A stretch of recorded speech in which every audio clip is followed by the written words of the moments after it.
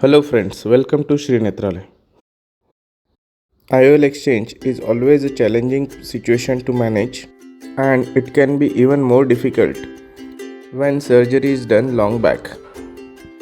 This particular case was done 2 months prior to this IOL exchange, and you can note there is anterior capsule fibrosis, which makes this procedure even more difficult. So, to plan such case, it is essential that you should have all the required instruments in hand, pre-plan the surgical steps, and then proceed for such surgeries. Surgery started with a main port incision and a side port incision. Anterior chamber and bag is filled with viscoelastic. Iris spatula is used to make a separation between anterior capsule and IOL. My plan is to rotate this IOL in the bag. You can note the CCC margin is slightly shrunken due to fibrosis of anterior capsule, and this can give a trouble while IOL explantation. So I decided to give relaxing incisions to this fibrosed anterior capsule with a micro scissor. A slightly curvilinear incisions is made in the 4 quadrants.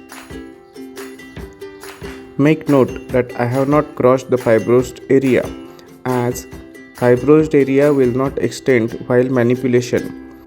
If I extend my incision into the non-fibrosed area, the bag may tear up very easily and can lead to a complication. So all my 4 nicks are within the fibrosed area only. Now time to rotate this IOL. This was the most crucial part of the procedure and not an easy one. I tried to get hold of this IOL from the edge and wanted to rotate it, but as it was fibrosed, I was finding it difficult to rotate this particular IOL. So plan B, to have catch hold of the edge of IOL and to lift the IOL directly from the same place. So I was trying to get catch hold of edge of this IOL. You can note the whole back complex was moving, and the risk of zonular dialysis is always there. So do not apply too much force while doing this step.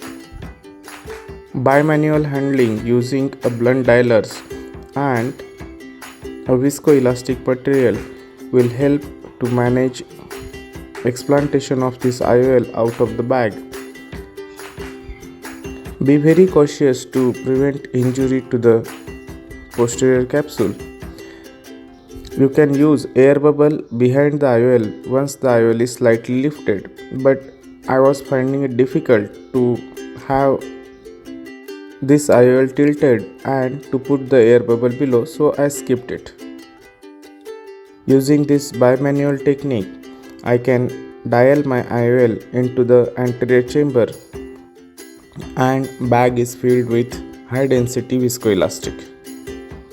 A special IOL cutting forceps is available with serrated margins for IOL cutting, and this is a very crucial instrument in managing this type of cases.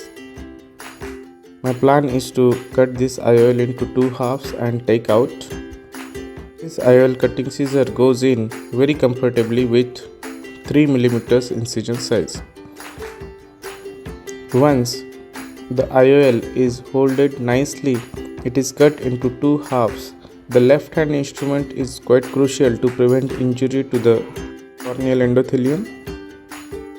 This step is very crucial, and I recommend to use a high density viscoelastic in the anterior chamber while cutting the IOL.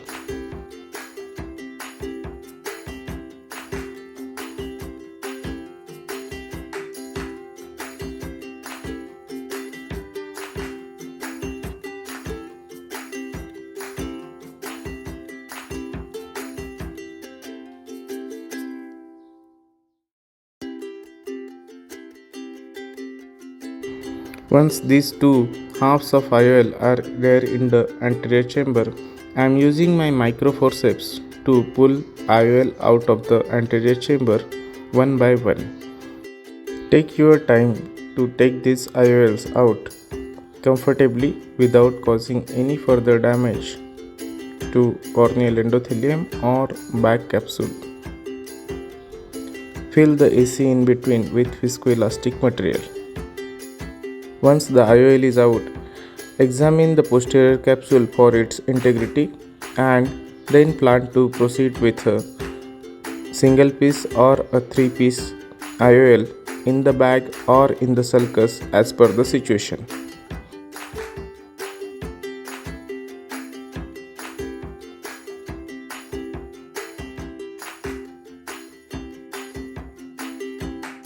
Here I am implanting a single piece hydrophobic IOL in the bag. The IOL is injected in the bag directly and the trailing haptic is dialed into the bag. But note, the trailing haptic has gone into the sulcus. You must be a good observant to note this immediately. This can lead to one haptic of IOL in the bag and the other in the sulcus with a tilted IOL and thereby giving a cylindrical power in the post-operative period. So, I have another job to do now is to dial this haptic correctly in the bag. I can dial this haptic into the bag while doing IA, so I proceeded with it. Or you can use a viscoelastic and dial the IOL in the bag prior to IA step. Irrigation aspiration is completed meticulously and wounds are hydrated. The main port is also secured with one suture as a safety measure. You can see a post-operative picture on day 2 of this particular patient. The eye is quiet, cornea is crystal clear and patient is having 6 parts vision without any difficulty. I hope you must have enjoyed this case. Do subscribe to our YouTube channel Dr. Pankaj Landai for more such exciting videos. Good day.